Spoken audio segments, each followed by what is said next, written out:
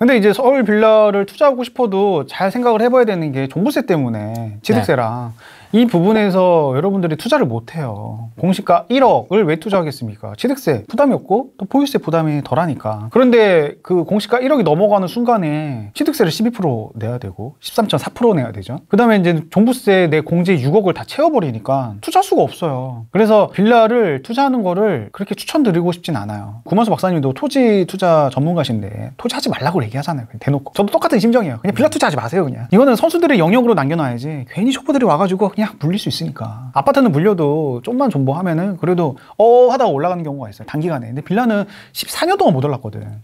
14년 동안 물리면은 그 사람은 어떻게 되겠습니까? 그러니까 아마 그 돈이 가장 큰 이슈였던 것 같아요. 빌라에 관심을 갖는 것 자체가. 싸니까. 네. 싸니까 관심 갖는 거죠. 뭐라도 사야 되는 거 아니냐. 그렇죠. 벼락까지 된 것 같으니까 이거라도 잡자라는 네. 건데, 이거라도 잡자 그래가지고 지금까지 내가 계속 관심 없었는데 이거라도 잡자라는 거는 내 스탠스가 상황에 따라서 막 변하는 거죠. 그러면 안 돼. 내가 중심을 갖고 나만의 기준을 잡고 투자를 해야 되는데 뭐가 좋대. 우르르 가고 막 부하내동 해가지고 막 투자하면은 이용당합니다. 충분히 수익을 낼 수 있는 아파트도 있거든요. 지방 아니면 또 수도권. 같은 투자금으로도, 같은 투자금은 아니지, 조금 더 들겠지만 조금 더 두더라도 아파트로 수익을 냈으면 좋겠다. 훨씬 쉽고 훨씬 더 단기간에 수익을 낼 수 있으니까. 쉬운 길을 있는데 어려운 길을 굳이 찾아서 안 들어갔으면 좋겠다 라는 게 제 생각이고, 내가 정말 간절하고 투자금이 하나도 없고 빌라 투자를 해야겠다 하시는 분들은 말리진 않겠지만 정말 어려워요. 어려워서 선뜻 권하기가 어려워. 여기는 정말 선수들이 많아. 까딱하다가는 정말 당할 수가 있어요. 당하신 분들도 많이 봤어. 많이 봤고 그것 때문에 고통받으신 분들도 많이 봤고, 빌라를 그 애물단지가 돼서 팔고 싶어 하시는 분들도 많이 봤어. 근데 제가 여기서 뭐 사라 해가지고 덥석 살까봐 무서워서 그냥 아파트 그냥 하셨으면 좋겠습니다. 아파트가 단기간에 공부해서 단기간에 수익 낼 수 있는 거는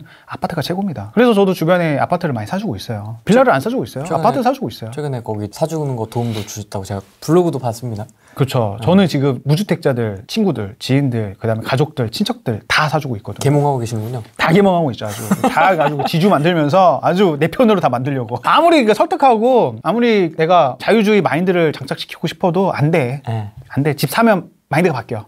그러면서 자연스럽게 얘기가 되면서 오히려 이제 행복해지는 그런 광경들을 저는 겪었기 때문에 집을 사주는 게 그 친구도 좋고 나도 좋더라고요. 무주택자 친구들 만나면 이게 눈치 보여가지고 겉도는 이야기들만 해요. 아시잖아요. 괜히 쓸데없는 이야기, 뭐 여기는 음식이 뭐 짜니, 뭐 맛있니, 뭐 이렇게 재료가 뭐 들어가니, 뭐 이런 이야기 전혀 관심도 없는데, 가격이 이 정도 가격이면 딴 데서 이걸 먹을 텐데 하면서 가성비 이야기도 하고, 아이고 쓸데없는 이야기를 왜 해? 그래서 드라마 이야기하고 뭐 그러는데, 뭐 펜트하우스 얘기하고. 근데 그런 거보다 그냥 미래지향적이고 그다음에 앞으로 투자 이야기 이런 것들을 하고 싶은데, 근데 할 수가 없지. 무주택자 친구들 앞에서는 공감대가 전혀 다르니까 적폐소리 이야기만 듣죠. 근데 이 친구가 집을 갖는 순간에 이제 자연스럽게 관심을 가지면서 대화가 더 재밌게 흘러가요. 그래서 지금 많은 그런 무주택자 지인들을 먼저 이제 요청이 오고 자기가 사고 싶다라고 의지가 있으면 적극적으로 같이 임장 가면서 도와줍니다. 좀 바뀌신 분들이 계신가요? 좀 많이 바뀌었죠. 스탠스가?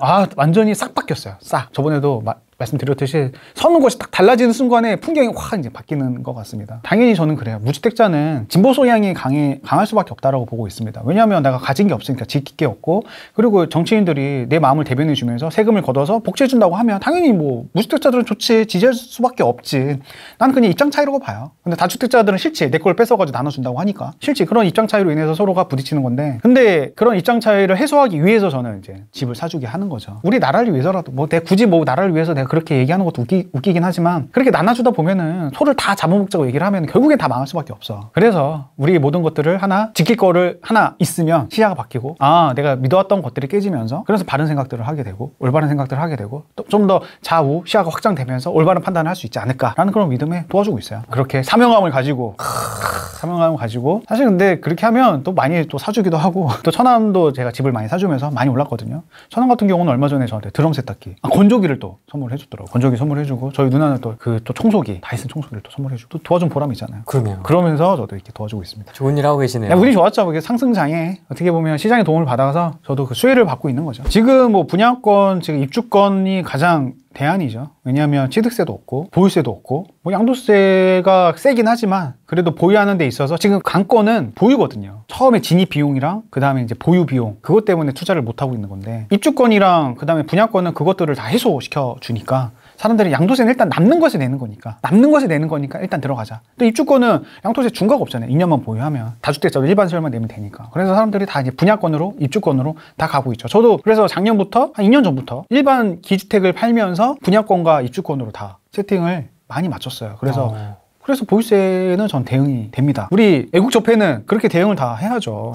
네, 우리 다 인류 아니겠습니까? 웃는 인류가 되려면 우리 애국접해들은 다 그렇게 대응을 해야 되고, 대응을 못하신 분들은 울면서 팔아야 됩니다. 그분은 이제 삼류지. 대응을 못했으니까 최소한 버텨야 돼. 나중에는 이게 임대인을 이게 조이면 조일수록 임대인들이 사라질수록 임대를 제공해주는 주체가 없으니까, 그러면 임대 가격은 불안해질 수밖에 없습니다. 당연한 거야, 이거는. 당연한 거야. 당장의 그 보유세 부담으로 인해서 팔아버리면 나중에 임대료가 올라갈 수 있는 확률이 높은데 그 수혜를 임대인들이 누리지 못하는 거지. 당장이 힘든 것 때문에. 2, 3년은 충분히 버티는 게 좋지 않을까. 그 다음에 종부세 지금 공제가 6억에서 9억인데 지금 그것도 아파트 가격이 평균 10억인데 그럼 충분히 12억에서 10억 올려줄 수 있습니다. 아파트가 지금 평균 12억, 15억. 예전에 3년 전부터 아파트 평균 가격이 4억일 때 9억인 거랑 지금 아파트 평균 가격 10억일 때 공제 9억인 거랑은 느낌이 다르잖아. 그렇죠. 이게 부자세가 아니라 그냥 일반 증세라고 나오는 게 괜히 나오는 게 아닙니다. 그러면 부자세인 종부세를 세율 자체, 공제를 9억에서 10억으로 올릴 여지가 충분히 있다. 그러면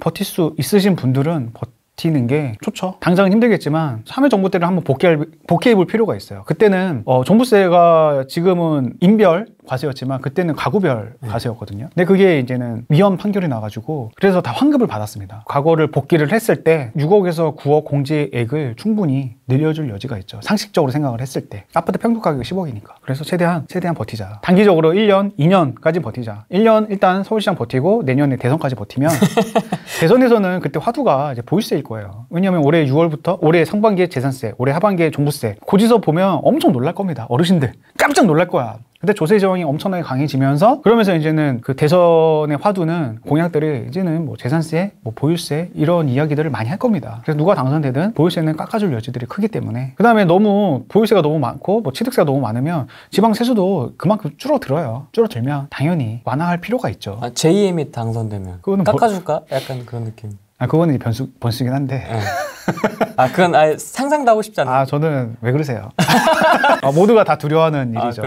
모두가 두려워하는 일이고 그분은 이상주의의 끝판왕이라고 저는 생각을 하고 있어요. 되게 무서우신 분이고 강력하고 또 이렇게 추진력도 굉장히 강하고 그래서 많은 분들이 또 지지를 하고 있죠. 생각하고 싶지는 않습니다. 빌라는 추천을 하지는 않지만 빌라 매수 기준, 빌라 고르는 방법. 제가 지금 또 많이 말씀을 드렸는데 네.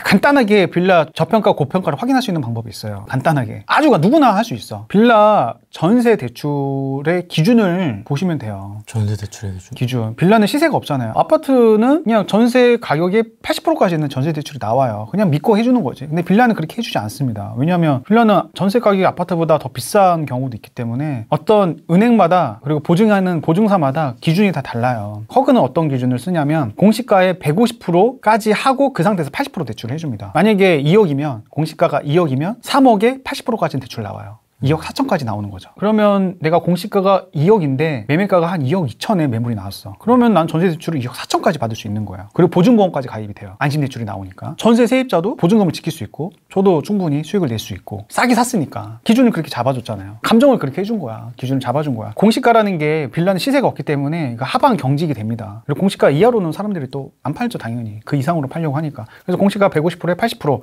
전세 대출 그렇게 해준다. 그 기준을 잡고 빌라를 보시면 저평가 고평가를 시켜 누구나 확인할 수가 있어요. 너무나 쉽죠. 네. 근데 이것만 보시면 안 되고 빌라는 너무 개별성이 강하기 때문에 직접 눈으로 확인하는 게 가장 좋아요. 발품을 팔면서. 그 다음에 이제 공시가를 확인하면 조금 더 객관적으로 볼 수가 있죠. 빌라를 가장 중점적으로 볼 때 투룸을 요즘에 비선호해요. 왜냐면 요즘 여러분들 잘 생각을 해보면 신축 빌라를 한번 구경을 한번 가보세요. 신축 빌라 다 쪼개서 정말 작게 지어요. 정말 작게. 딱 보면은 전용이 9평밖에 안 돼요. 신축 빌라는. 거의 원룸보다 살짝 큰 정도거든요. 3룸도 그렇게 크지 않아요. 3룸도 전용 45? 이 정도 이내예요. 그러면 평수가 큰 빌라는 당연히 희소하겠죠. 평수가 큰 빌라는 신축에 있지 않고 구축에 많이 있습니다.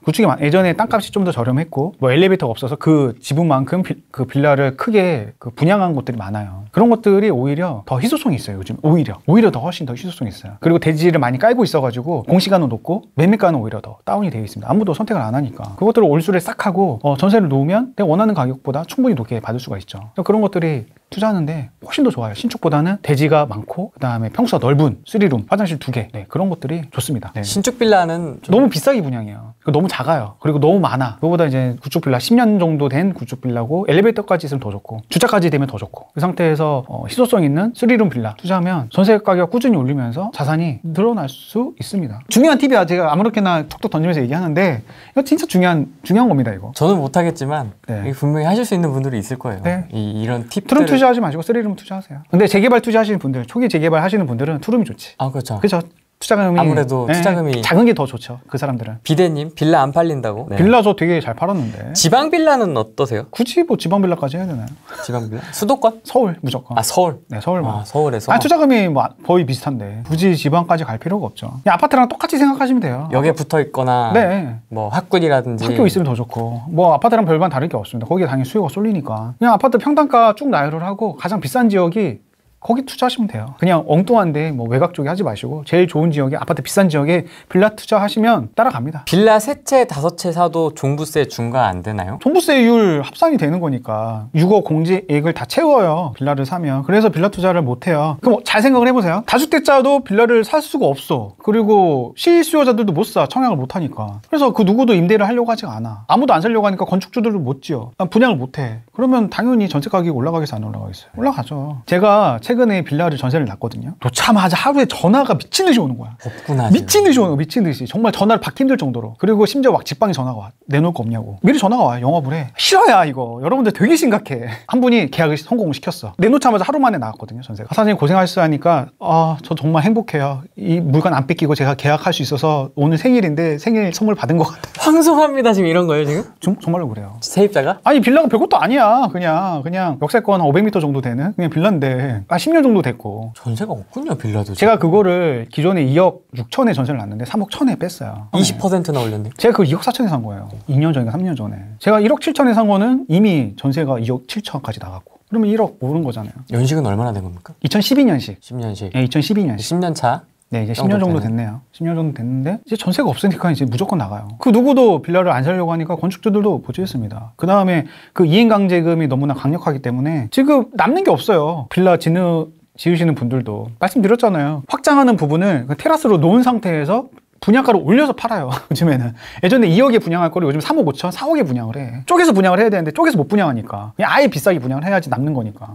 땅값이 워낙 올라갔잖아요, 지금 요즘에. 빌라 분양하는 게 수지 타산이 안 맞아가지고 요즘에 웬만해서는 분양이 쉽지가 않습니다. 그 다음에 예전에는 빌라 그 R이라고 하잖아요, 수수료. 네, MGM. 네, R이 예전에는 R 20개까지 올랐는데 지금 R이 5개 이내로 다 떨어졌어요. 그만큼 빌라 팔기가 수월하다. 임대 놓기도 수월하다. 없으니까. 임대사업자 제도 자체가 다 축소가 됐기 때문에 예전에는 빌라왕들이 많이 사줬는데 빌라왕들도 못 사주고 있어요. 빌라왕. 못 사줘요. 빌라왕 형님들 잘 계세요? 네, 잘 계시고 있습니다. 아, 잘 계속 투자하고 네, 계세요? 잘 계시고 있어요. 아, 멋지네. 역시 왕이다. 역시 왕입니다. 엄청난 자산가가 돼 있어요, 지금. 아, 지금도 네. 무탈하시죠? 네, 무탈하세요. 지금도 무탈하시고 네. 그 고비를 넘기시니까 근황을 좀 전달해 주신다면. 그 빌라왕들이 되게 많은데 그 못 버티시는 분들도 있어요. 못 버티셔가지고 잠적하시는 분들도 있어요. 시장에서 아웃되시고. 완전히 아웃됐죠. 그럼 나머지 분들. 그분들은 이제 PD 수첩에 쫓고 있고 버티시는 분들은 전세 가격이 막 올라가면서 주체할 수 없을 정도로 현금이 막 생기는 캐시플로우가 거죠. 이제 돈. 네. 정말로 극과 극이에요. 벼락거지 아니면은 벼락부자. 진짜 왕이 됐네. 왕이 된 거죠. 대놓고 신축 빌라 난립해서 노후도가 아작난 지역 빌라는 어떻게 보시나요? 여기가 될 거냐 안 될 거냐 이렇게 물어보시는 것 같은데 네. 재개발 아무래도 전문가시니까 여기가 노후도가 깨지잖아요. 신축 빌라들이 들어오면. 그러면은 재개발 투자에 있어서는 굉장히 안 좋은 거야. 이 부분에 있어서는. 얘 때문에 재개발을 못 하니까. 그러면 지금까지 올랐던 피들이 다 반납이 될 수 있는 환경인 거잖아요. 근데 재개발 입장에서는 안 좋은데 저희 어머니가 예전에 신축 빌라를 입주를 한 적이 있어요. 정말 이게 케바케야 이것도. 입주를 한 적이 있는데 거기가 이제 재개발 이야기가 막 나오면서 신축 빌라인데도 불구하고 재개발이 돼가지고 입주를 또 했습니다. 이런 거 보면 그것도 케바케지 않나. 뭐 될 수도 있는 거지. 노후도가 충족이 되면 신축 빌라가 들어와도. 근데 이게 이제 막 난립해버리면. 그렇죠. 난립하면 완전히 무산이 될 수도 있는 거죠. 노후도 때문에. 기준 자체가 좀 빡세니까. 근데 제가 지금 말씀드리는 거는 재개발 이야기를 하는 게 아니라 빌라도 인플레이션 먹고 그래도 물가 상승률만큼 오른다. 그 부분을 우리가 입주 물량도 없고 인플레이션으로 인해서 빌라도 충분히 전세 가격이 올라가면 그 상승분으로 수익을 내자. 그 취지로 말씀드리는 거니까 재개발과는 좀 결이 다르죠. 그리고 저는 이제 초기 재개발 같은 경우는 선수의 영역이다 보니까 저는 이렇게 말씀드려요. 그냥 조합 설립 인가 되고 돈을 내더라도 그냥 피 오르잖아요. 여기는 그래도 진행이 되는 거니까. 그리고 조합설 인가되고 들어가자, 확실하게. 초기 재개발은 좀 위험할 수 있으니까. 초기 재개발은 뭐 단타로 빨리 치고 나올 수 있는 자신이 있으면 상관이 없겠지만, 여기 불확실성이잖아. 될지 안 될지 모르는 거니까. 단지 이벤트성만으로 확 올랐다가 여기는 빠질 수도 있는 거거든요. 안 되면. 그래서 이 내가 자신이 있으면 들어갈 수 있는데, 자신이 없으면 조합설 인가 이후로 들어가자 라는 게 제 그냥 뷰예요. 경기도 외곽 광주, 일산, 신축 빌라 경매로 받는 것은 어떻게 보시나요? 서울 받으세요. 서울도 쌉니다. 별 차이가 없어요, 가격이 생각보다. 물론 경기 광주나 뭐 일산이나 이런 데들은 조금 넓게 지어요. 저 자재도 좋은 거 쓰고. 근데 분양가는 서울이랑 별 차이가 없어요. 별 차이가 없어. 그럼 서울로 사는 게 낫지 않아요? 분양가가 차이가 그렇게 많지 않습니까? 별 차이 없어요. 저도 시흥 사는데, 시흥도 지금 전세 가격이 빌라가 2억 정도 해요. 투룸, 2.5룸, 투룸 이런 것들도. 서울도 잘 찾아보면 그런 것들 많아요. 왜냐면 기본적인 건축비라는 게 있으니까. 그만큼 서울의 구축 빌라들은 정말 하나도 안 올랐습니다. 정말 대지 가격보다 싸요. 대지가 평당 뭐 2,500 정도 되는데 10평 깔고 있지만, 그게 뭐 10평 깔고 있으면 2억 5천에 돼야 될 것 같잖아요. 근데 2억밖에 안 돼. 그런 빌라들을 쓰도록 해요. 아, 서울 빌라니까 갑자기 생각나는데 네. 화곡동이 까치산역 그런 쪽 빌라는 뭐 굳이 거기까지 가야 되나 싶은 거죠. 그냥 좀 이렇게 중심으로 네, 중심부로 돌아왔으면 좋겠습니다. 굳이 거기 가가지고 빌라들이 많은 지역에 가서 경쟁하느니 빌라 없는 지역으로 와가지고 입지 좋은 데 가는 게. 입지가 좋으면서 네. 빌라가 상대적으로 많지 않은 곳. 아니, 거기가 그렇게 해서 싸지도 않아요. 거기 싸지도 않고 안쪽으로 와서 뭐 영등포라든지 뭐 동작구라든지 아니면 뭐 송파구, 강동구 이런 데들도 충분히 싸고 좋은 데 많거든요. 그런 데 사가지고 그냥 묻어놓자. 그런데 종부세 때문에 추천드리기 힘듭니다. 좋은 시절 다 지나갔어요, 여러분들. 버스 떠났습니다. 어쨌든 버스는 떠났어요. 죄송해요. 버스는 떠났다. 네, 제가 이렇게 계속 장하게 얘기를 했지만, 네. 버스 다 떠났고 여러분들 이제 손가락 빨아야 됩니다. 그냥 분양권, 입주권 하세요. 그게 가장 속편해요, 우리 적폐들은. 제가 갖고 있는 빌라는 도시재생 확정, 망할 벽화. 빵 터지시는데? 도시 재생되면 이게 악재인 거지. 예뻐지는 거 아닙니까? 뭐 예뻐지겠죠. 색칠해주니까. 여기는 이제 변하지 않겠구나, 이제 이렇게 되면.